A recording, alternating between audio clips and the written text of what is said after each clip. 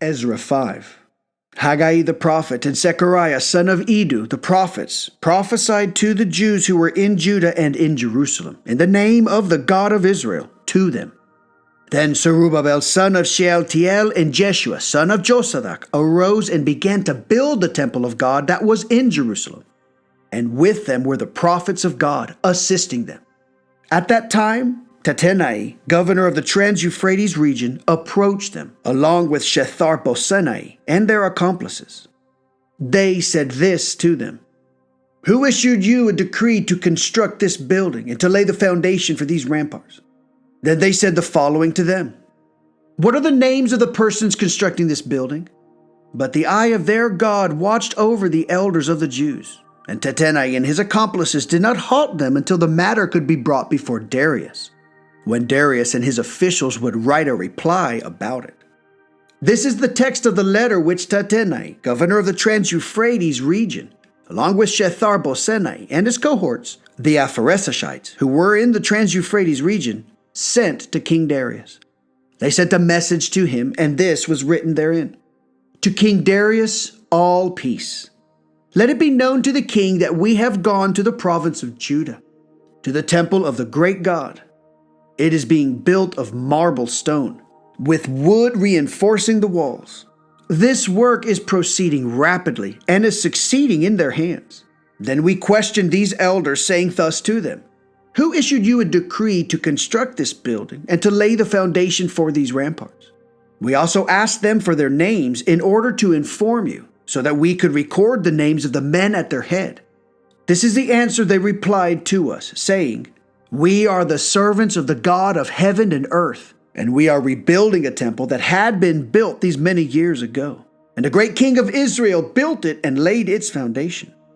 However, because our ancestors had angered the God of heaven, he delivered them into the hand of Nebuchadnezzar, king of Babylonia, the Chaldean, who destroyed this temple and exiled the people to Babylonia.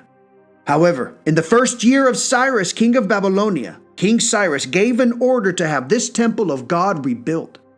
In addition, the vessels of gold and silver of the temple of God, which Nebuchadnezzar had removed from the sanctuary in Jerusalem and brought to the temple in Babylon, King Cyrus removed them from the temple in Babylon, and they were given to the one named Sheshbazzar, whom he had appointed governor. And he said to him, "Take these vessels and go and put them in the sanctuary that is in Jerusalem, and let the temple of God be built on its place." Then this Sheshbazzar came and set in place the walls of the temple of God which is in Jerusalem. From then until now it has been under construction, but it has not been completed. And now, if it pleases the king, let a search be made of the royal archives that are there in Babylonia. If it is true that a decree was issued by King Cyrus to build this temple of God in Jerusalem, and let the king convey to us his will in this matter. Ezra 6. Then King Darius issued a decree, and they searched in the library where the archives were stored in Babylonia. A scroll was discovered in a pouch in the palace in the province of Media, and this was the record that was written in it. In the first year of King Cyrus issued a decree concerning the temple of God in Jerusalem. "The temple shall be built, a place for the bringing of offerings, with its walls strongly founded, its height 60 cubits, and its width 60 cubits. There shall be 3 rows of marble and 1 row of new wood, with the expenses provided for by the royal palace. Also, the golden and silver vessels of the temple of God which Nebuchadnezzar removed from the sanctuary in Jerusalem and brought to Babylon shall be returned and shall go to the sanctuary that is in Jerusalem, to their place, and they shall be placed in the temple of God." So now, Tattenai, governor of the Trans-Euphrates region, Shethar-bozenai, and their cohorts, the Apharesashites of the Trans-Euphrates region, keep a distance from that place. Leave the work of this temple of God alone. The governor of the Jews and the elders of the Jews shall rebuild this temple of God in its place. A decree is hereby issued by me that you should cooperate with these elders of the Jews to rebuild this temple of God. And the expenses should be provided immediately to these people from the royal estate, from the Trans-Euphrates region's taxes, so that their work not be halted. and whatever they require, young bulls, rams, and sheep for burnt offerings to the God of heaven, wheat, salt, wine, and oil, according to the specifications of the Kohanim who are in Jerusalem, shall be supplied to them day by day without fail, so that they may offer pleasing offerings to the God of heaven, and pray for the lives of the king and his children. And a decree is hereby issued by me that any person who will deviate from this matter shall have a beam torn out of his house, upon which he shall be hanged, and his house shall be designated a dunghill for this. And may the God who has caused his name to dwell there topple any king or people who may stretch out his hand to disobey this decree, to damage this temple of God that is in Jerusalem. I, Darius, have issued a decree. Let it be implemented expeditiously. Then Tatanai, governor of the Trans-Euphrates region, Shethar-Bozenai and their cohorts, in consideration of King Darius's dispatch, acted expeditiously according to what was stated. The elders of the Jews built and were successful through the prophecy of Haggai the prophet and Zechariah son of Iddo. They built and they established the foundations of the temple, by the decree of the God of Israel and by the decree of Cyrus, Darius, and Artaxerxes, king of Persia. This temple was completed by the 3rd day of the month of Adar, during the 6th year of the reign of King Darius. The king, the children of Israel, the Kohanim, and the Levites, and the remainder of the people of the exile celebrated the inauguration of this temple of God with joy. They offered for the inauguration of this temple of God 100 bulls, 200 rams, and 400 sheep, and 12 young goats as sin offerings for all of Israel, corresponding to the number of the tribes of Israel. They established the Kohanim in their groups and the Levites in their divisions for the service of God in Jerusalem, as written in the Book of Moses. The people of the exile brought the Pesach offering on the 14th day of the 1st month, for the Kohanim and the Levites had purified themselves as one. All of them were pure. They slaughtered the Pesach offering for all the people of the exile, and for their brethren the Kohanim, and for themselves. The children of Israel who had returned from the exile ate it, together with all those who had separated themselves from the defilement of the nations of the land, to join them and to seek Hashem, God of Israel. They celebrated the festival of Matzos joyfully for a 7-day period, for Hashem had brought them joy. For he turned the heart of the king of Assyria toward them, to strengthen their hands in the labor for the temple of God, the God of Israel. Ezra 7. After these things, during the reign of Artaxerxes, king of Persia, Ezra, son of Sariah, son of Azariah, son of Hilkiah, son of Shallum, son of Sadok, son of Ahitub, son of Amariah, son of Asariah, son of Merioth, son of Sariah, son of Zechariah, son of Uzi, son of Buki, son of Abishua, son of Phinehas, son of Eleazar, son of Aaron, the first Cohen. This Ezra ascended from Babylonia. He was a brilliant scholar of the Torah of Moses, which Hashem, God of Israel, had given.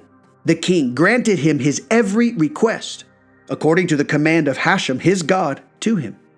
And some of the children of Israel and the Kohanim and the Levites, singers and gatekeepers, and the Nethinim ascended to Jerusalem during the 7th year of King Artaxerxes. He arrived in Jerusalem in the 5th month of the 7th year of the king.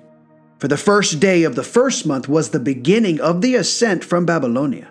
And on the 1st day of the 5th month he arrived in Jerusalem, by the benevolence of the hand of his God upon him. For Ezra set his heart to expound the Torah of Hashem and to fulfill and to teach its statute and law in Israel. This is the text of the letter that King Artaxerxes gave to Ezra the Cohen, the scholar of the commandments of Hashem and his statutes to Israel. Artaxerxes, king of kings, to Ezra the Cohen, scholar of the law of the God of heaven and master of it, on this date.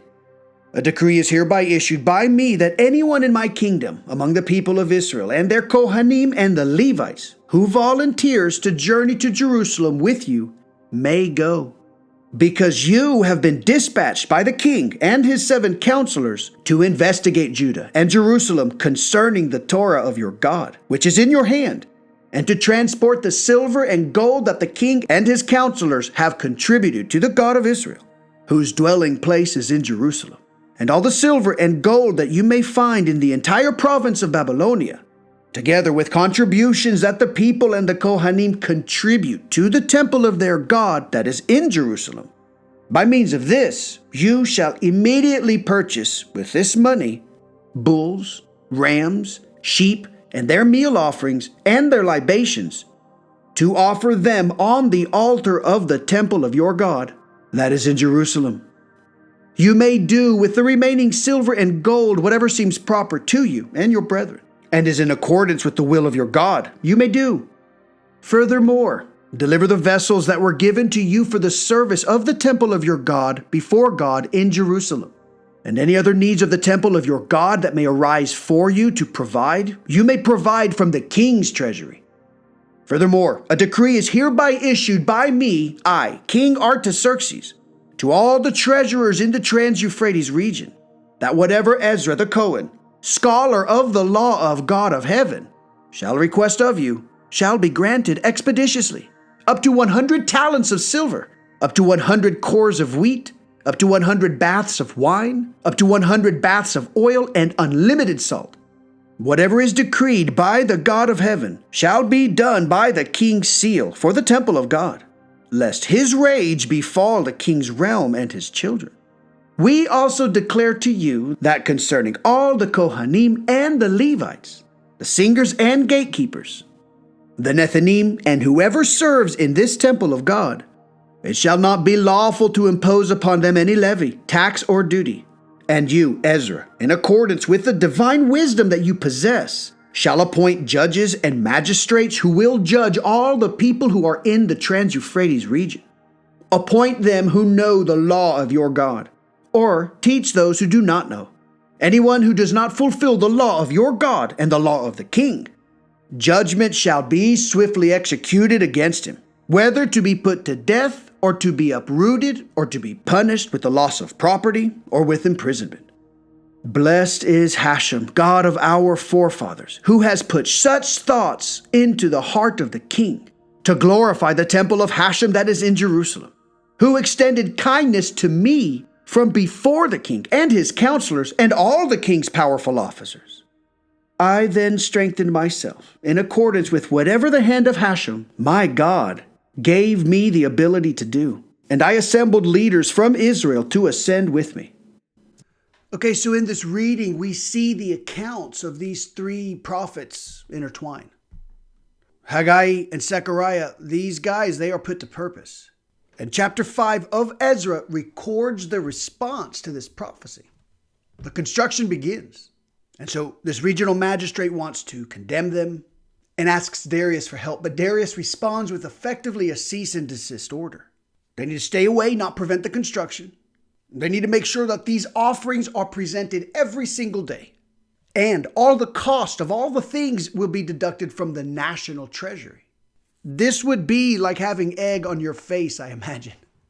Of course, these guys, they do everything that the king decrees, as outlined by the hand of God, written by Zechariah and Haggai. And the risk absolutely pays off. They can complete the construction of the temple and Jerusalem under the authority that's needed to get it done. So now, for the first time in a very long time, these guys are able to perform the Pesach offering. Now, this has an enormously profound meaning. I think it's more substantial than the first moons or the harvest festivals and things like that. This Pesach offering, it sort of like identifies these people as God's chosen people. So Ezra, this direct descendant of Aaron the Cohen, he arrives in Jerusalem and he is a legit scholar of the Torah. This guy is very substantial. King Artaxerxes gives to him effectively authority on a golden platter. Literally, whatever this guy needs to honor Hashem, he can have. So clearly, Ezra is living it out the way that he understands it's supposed to be. And it is lending to him a reputation that is worthy of honor. Thank you for watching. The NQE is out.